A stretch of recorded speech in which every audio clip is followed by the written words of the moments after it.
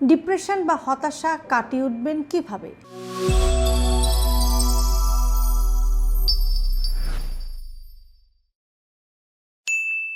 সব কিছু ঠিক আছে, তবু মন ভালো লাগছে না, কিছুই করতে ইচ্ছা করছে না। এটাই কি আপনার অনুভূতি? এটা হতে পারে ডিপ্রেশন বা হতাশা।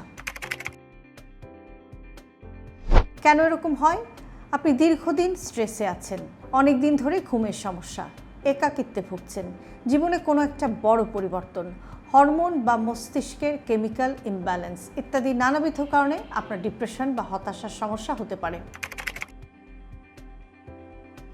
এখন আসছি যে হতাশা কাটানোর উপায়গুলো কি কি। নিজেকে একা রাখবেন না, পরিবারের সাথে কথা বলুন, বন্ধুদের সাথে নিয়মিত যোগাযোগ রাখুন, আপনার মনের কথা বিশ্বস্ত কারোর সাথে শেয়ার করুন। প্রতিদিন একটু হাঁটুন, নিয়মিত 20 থেকে 30 মিনিট হাঁটা আপনার ব্রেইনে হ্যাপি হরমোন যেমন ডোপামিন বা সেরোটোনিন এগুলো বাড়াতে সাহায্য করতে পারে।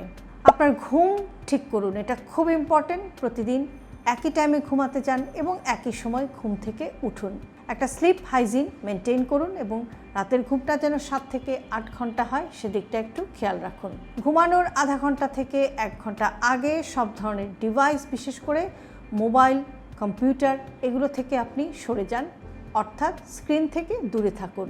মনে রাখবেন যে ভালো ঘুম কিন্তু আপনার মানসিক স্থিতিশীলতা বাড়ায়। আপনি কি খাচ্ছেন সেটার দিকে একটু যত্ন নিন। আপনার খাবারে যেন প্রোটিন থাকে, শাকসবজি থাকে, মাছ থাকে, ফল থাকে, এগুলো একটু খেয়াল করুন।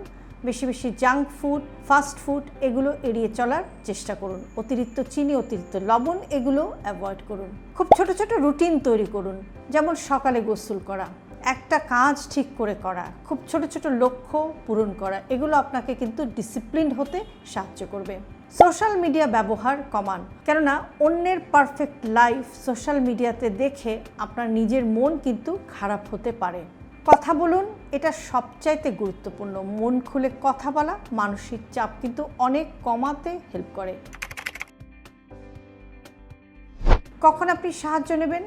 যদি আপনি দেখেন যে দীর্ঘদিন ধরে আপনার এরকম মন খারাপ থাকছে, জীবন নিয়ে আপনার কোনো আগ্রহ নেই বা কোনো ইন্টারেস্ট নেই, আপনার খুব বেশি বেশি ঘুম হচ্ছে অথবা কম ঘুম হচ্ছে, আপনার অনেক বেশি খেতে ইচ্ছা করছে কিংবা কিছুই খেতে ইচ্ছা করছে না, ঘুম এবং খাওয়ার সমস্যা হচ্ছে এবং আপনার নিজের জীবনটা নিজেই শেষ করে ফেলতে ইচ্ছা হচ্ছে অথবা নিজের কোনো ক্ষতি করার চিন্তা আপনার মাথায় আসছে, এই ধরনের মানসিক পরিবর্তনগুলো যদি আপনি লক্ষ্য করেন তাহলে অবশ্যই কিন্তু একজন মানসিক স্বাস্থ্য বিশেষজ্ঞের পরামর্শ নেওয়াটা খুবই জরুরি।